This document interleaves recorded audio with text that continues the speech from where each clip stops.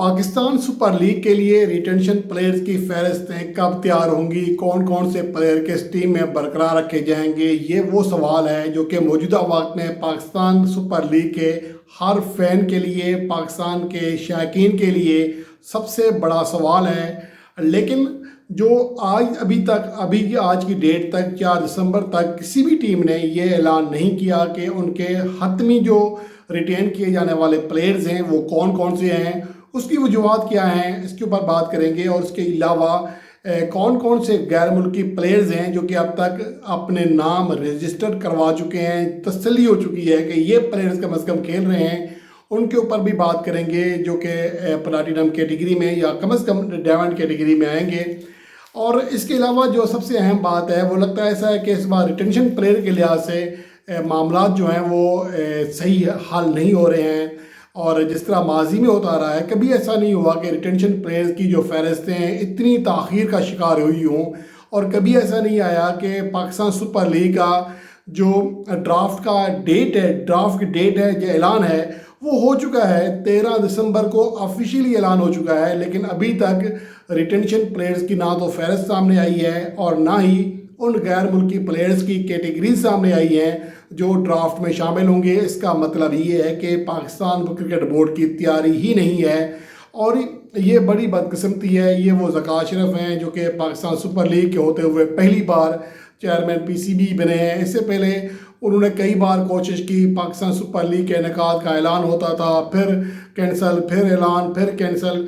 तो लगता है ऐसा है, खुदा न करे कि पाकिस्तान सुपर लीग को कोई बहुत बड़ा नुकसान हो जाए उनकी इस गैर जिम्मेदारी से, गैर प्रोफेशनल अप्रोच से, जिसकी वजह से मामला जो हैं आगे जाकर अब बहुत बिगड़ सकते हैं। और उसका अंदेशा है, क्योंकि आप ये देख लें कि अभी तक जिस खिलाड़ी का अनाउंस होता है तो पाकिस्तान सुपर लीग की जो ऑफिशियल सोशल मीडिया अकाउंट्स हैं उन पर बड़े धूम धड़ल्ले के साथ उनका अनाउंस किया जाता है। तो इसका मतलब ये है कि बहुत ही मुश्किल हो रही है पाकिस्तान क्रिकेट बोर्ड के मैनेजमेंट को कि वो गैर मुल्की जो टॉप प्लेयर्स हैं उनको ले आएँ। और ये हकीकत है, वरना अब तक रिटेंशन प्लेयर्स की ना सिर्फ फहरिस्तें सामने आ चुकी होती, बल्कि अब तक तमाम जो गैर मुल्की प्लेयर्स हैं उनकी कैटेगरीज़ हैं उनका भी ऐलान हो चुका होता। क्योंकि कैटेगरीज़ की बुनियाद पर ही आप, और मुझे पता नहीं क्यों शक लग रहा है अब कि जिस तरह कैटेगरी देखें, जो कैटेगरीज़ की बुनियाद होती है उसकी वजह से ही आप अपना माइंड बनाते हैं, अपना टीम वर्क करते हैं। जो भी फ्रेंचाइज होती है कि हमें फ़लाँ बॉलर की ज़रूरत है या कम अज़ कम हमें यहाँ पर बैट्समैन की ज़रूरत है, जिस टीम के पास अच्छे टॉप ऑर्डर बैट्समैन होते हैं वो मिडल ऑर्डर में जाके सर्च करते हैं। जिनका स्पिन बॉलिंग शोबा कमज़ोर होता है वो स्पिनर के ऊपर निगाह रखते हैं, उनकी कैटेगरीज़ के ऊपर। क्योंकि यहाँ पर जो ड्राफ्ट है उसके मुताबिक जो टीम तैयार करनी है ये इतना आसान नहीं है। ये वो गली मोहल्ले की टीम नहीं है कि वो तेरी तरफ ये मेरी तरफ। यहाँ पर कैटेगरीज़ होती हैं। प्लैटिनम में आप ज़्यादा से ज़्यादा 3 खिलाड़ी ले सकते हैं, डायमंड में भी और गोल्ड में भी। तो ये टॉप जो 3 कैटेगरीज़ हैं इनमें कौन कौन से प्लेयर्स आएंगे, फिर आप तीनों जो कैटेगरीज़ के जो तीनों प्लेयर्स हैं, ना ही आप तीनों गैर मुल्की ले सकते हैं और ना ही तीनों पाकिस्तानी ले सकते हैं। तो इसलिए भी बहुत सारा होमवर्क करना पड़ता है हर फ्रेंचाइज को कि वो किस तरह मामलात को देखे। तो अब मुझे जो लग रहा है, थोड़ा डाउट भी लग रहा है कि शायद ज़का अशरफ अपनी रवायत बरकरार रखेंगे और जो ड्राफ्ट की डेट है वो आगे करना पड़ेगी। 13 दिसंबर का ऐलान तो कर दिया है, और ये ज़का अशरफ के लिए नई बात नहीं है, ये इनके मामलात हमेशा ही ऐसे रहते हैं।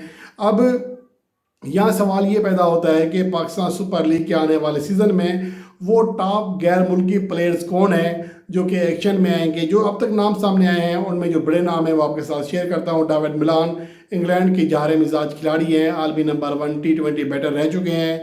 उसके अलावा हज़रतुल्लाह ज़ाज़ाई जो कि अभी अफ़गानिस्तान की टीम का मुस्तकिल हिस्सा नहीं है, अभी तक राशिद खान की जानिब से कन्फर्मेशन नहीं दी गई है पूरी तरह से। उसके अलावा रसी वेंडरडसन जो कि साउथ अफ्रीका से ताल्लुक़ रखते हैं, और उसके अलावा शाकिब उल हसन और जो कैप्टन है बांग्लादेश के, और जेम्स वेंस जो कि कराची किंग्स के लिए खेलते आ रहे हैं, वो अपनी दस्तयाबी का इजहार कर चुके हैं। रेली रसौ मुल्तान सुल्तान्स के लिए खेलते रहे हैं, लेकिन अब वो कोयटा ग्लैडिएटर्स में जाएंगे। इस बार उनकी ट्रेड हो चुकी है इफ्तिखार अहमद के बदले। एलेक्स हेल्स जो कि इस्लामाबाद यूनाइटेड के लिए खेलते हैं, ज़ाहिर सी बात है कि इस्लामाबाद यूनाइटेड उन्हें बरकरार रखना चाहेगी। इसके अलावा कोलिन मुनरो ये भी इस्लामाबाद यूनाइटेड से खेलते हैं।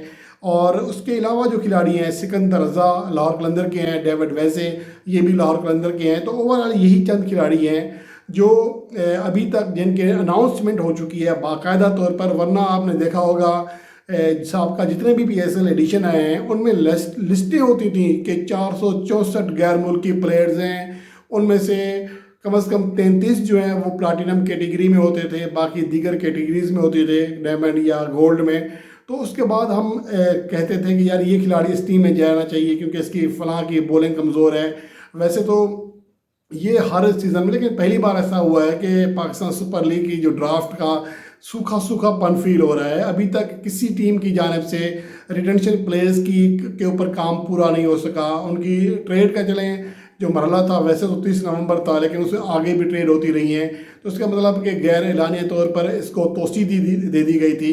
اور یہی کچھ مجھے ڈرافٹ میں بھی لگ رہا ہے کہ شاید پاکستان سپر لیگ کے آنے والے ڈرافٹ میں بھی تاخیر کا سامنا کرنا پڑے گا، کیونکہ ابھی جب آپ کے پاس غیر ملکی پلیئرز کی حتمی فہرست نہیں ہے تو آپ کس طرح کیٹیگریز کے بنائیں گے، کس طرح سپلیمنٹری کیٹیگریز بنائیں گے، آپ سپلیمنٹری جو پک ہے وہ کس طرح بنائیں گے.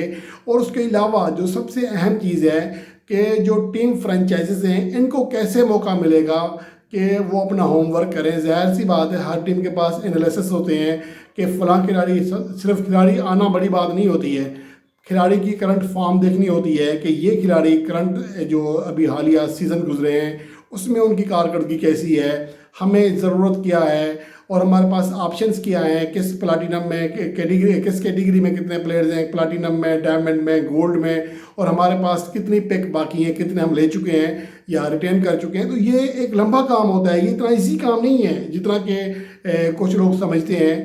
اس کے اوپر اچھی خاصی ہوم ورکنگ ہوتی ہے. ایون کہ جب ہم ایک ٹیم کی ایک ویڈیو بنا رہے ہوتے ہیں ہمیں بڑا ٹائم لگتا ہے کہ فلاں جو ٹیم ہے اس کے کھلاڑی زیادہ بہتر نہیں ہے، فلاں کے جو کھلاڑی ہیں ان کو ابھی، جسے میں پشاور زلمی کی مثال لیتا ہوں کہ ان کے پاس فاسٹ بولر کی اشد کمی ہے. وہاب ریاض بھی اس بار نہیں کھیلیں گے جو کہ ان کے ریگولر کھلاڑی تھے. اور اس کے علاوہ ابھی موجودہ وقت میں دیکھا جائے تو ان کے پاس کوئی بھی اس کلاس کا بولر، فاسٹ بولر نہیں ہے جس کے اوپر وہ تکیہ کر سکیں. اس لیے ان کو ضرورت ہے، جب آپ کے پاس آپشنز نہیں ہیں. ٹرینٹ بولٹ کے بارے میں بہت باتیں کی جا رہی تھیں کہ ٹرینٹ بولٹ بھی آ رہے ہیں اس بار اور وہ پشاور زلمی کا حصہ بنیں گے. یہ ذرائع نے خبر دی تھی، لسٹ بھی جاری کر دی تھی، لیکن ایسا تھا نہیں. اس کی وجہ یہ ہے کہ ابھی تک ٹرینٹ بولٹ کے حوالے سے پاکستان سپر لیگ نے آفیشیلی طور پر اعلان ہی نہیں کیا، اور نہ ہی ٹرینٹ بولٹ کی جانب سے ایسا ہے کہ وہ آ رہے ہیں. اس طرح کوئنٹن ڈیکو کی باتیں ہو رہی تھیں کہ وہ بھی آ رہے ہیں، لیکن ابھی تک کچھ بھی فائنلائز نہیں ہے. اصل ہوا یہ ہے کہ اب بہت زیادہ کرکٹ آ گئی ہے، صرف 1-2 T20 لیگز نہیں ہیں بلکہ اب T10 لیگز بھی دھڑا شروع ہو رہی ہیں.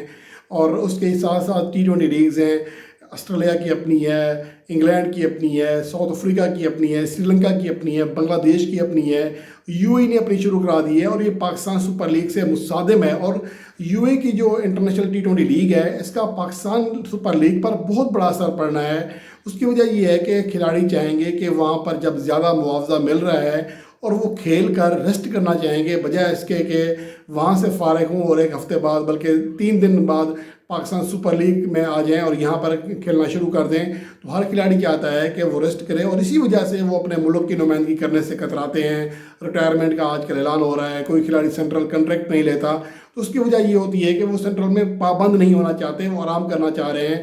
اگر یو اے کی جو لیگ ہے اس میں اور پاکستان سپر لیگ کے ٹائم میں فرق ہوتا تو یقیناً بہت سارے کھلاڑی پاکستان سپر لیگ کو اب تک بآسانی دستیاب ہوتے. لیکن چونکہ گیپ کم ہے اور پھر بنگلہ دیش پریمیئر لیگ ہوتی ہے، پھر آئی پی ایل ہوتی ہے. آئی پی ایل میں چونکہ آپ کا جو معاہدہ ہے وہ اس کے ہجوم بہت بڑا ہوتا ہے، بہت بڑی اماؤنٹ ملتی ہے. تو اس لیے کھلاڑی وہاں زیادہ پریفر کرتے ہیں کہ ہم وہاں جا کے کھیلیں گے، اس سے پہلے ہم فریش رہیں تاکہ اچھی کارکردگی دکھائیں گے تو آگے بھی ہمیں ریٹین کیا جائے گا، دوبارہ پک کیا جائے گا. اور یہ چیزیں پاکستان کرکٹ کے لیے مسائل کا سبب بن رہی ہیں. اور اس کے ساتھ ساتھ میرے خیال میں ذکا اشرف کی جو مینجمنٹ ہے، یا جو یوں کہہ لیں کہ جو بار بار تبدیلیاں ہو رہی ہیں، یہ بھی بہت بڑی رکاوٹ ہیں پاکستان سپر لیگ کے لیے. لیکن اس کے باوجود ہم امید اور دعا ہی کر سکتے ہیں کہ معاملات خراب نہ ہوں اور پاکستان سپر لیگ جس طرح ہر سال ہوتی ہے اسی طرح کامیابی کے ساتھ اور بڑے اسٹار کے ساتھ ہو جائے.